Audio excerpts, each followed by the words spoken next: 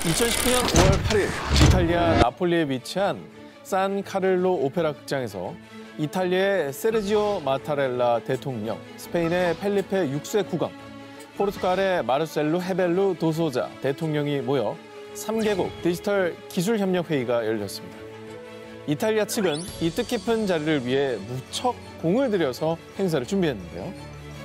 자, 그리고 드디어 대망의 행사 당일 청소년 합창단과 오케스트라가 함께 무대에 올라 각국의 국가를 합창했는데요. 그런데 스페인 국가가 장엄히 울려 퍼진 바로 그때. 불안불안하다. 그러니까.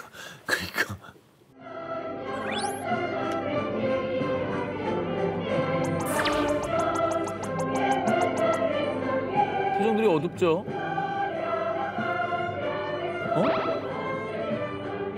자, 무대를 지켜보던 스페인의 펠리페 6세 국왕의 얼굴이 다소 굳어졌고요. 이거 왜 그러지? 보통 자기네 나라 국가 나올 땐 좀 밝은 표정인데.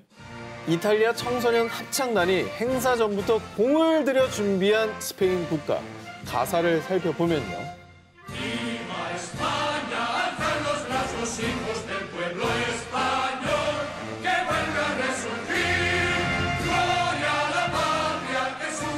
라는 내용이 나오는데요.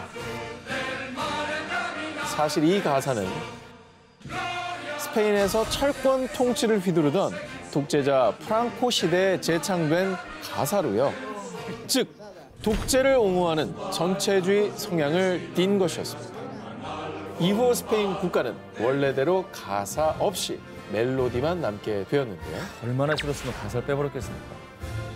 그런데 금기시된 프랑코 시대의 국가를 스페인 국왕 면전에서 열심히 연습을 해서 합창단이 떡하니 부릅니다. 화음 맞춰가면서. 와, 이거는 완전 그러니까 의도한 건 아니지만 의도하진 않았겠죠. 이게 사실 잘 몰랐던 거예요. 이 사실. 이거는 대사 소환 정도 할 수 있는 외교 문제였는데.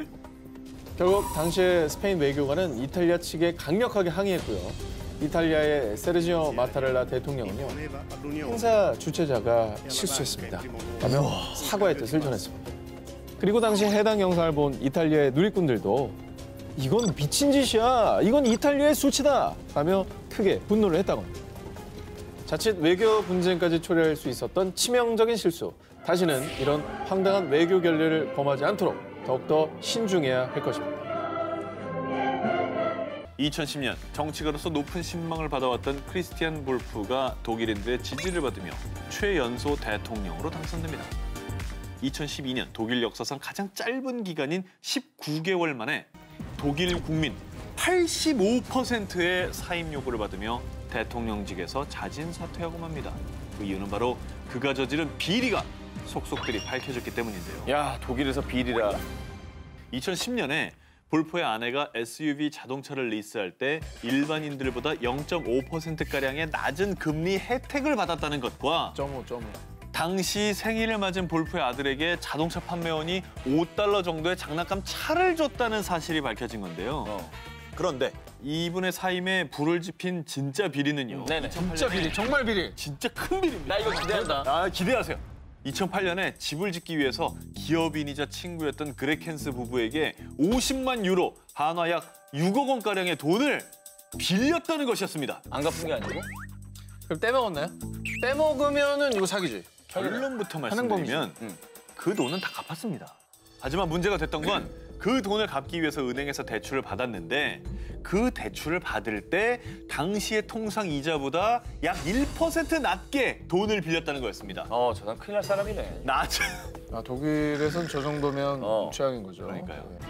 이에 볼프는 처음에는 혐의를 부인하다가 독일 유명 일간지 B사에 돈도 못 빌립니까? 라면서 보도 압박 전화를 거는 악수까지 돕니다. 그런데 이 B사에서는 이 사실까지 그대로 보도하면서 독일 국민들의 분노와 여론은 걷잡을 수 없이 악화되고 맙니다. 비리비리고 뭐 부당한 행위를 했지만은 사퇴로까지 이어졌다는 건 조금 충격이긴 하네요.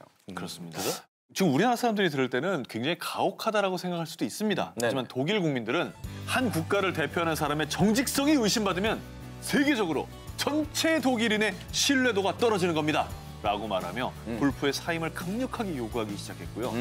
결국 볼프는 바로 다음날 기자회견을 열어서 국민들의 신뢰 상실에 대해 책임을 느낍니다. 라고 잘못을 시인하며 자진 사퇴를 하게 된 겁니다. mit ein. Vielen Dank.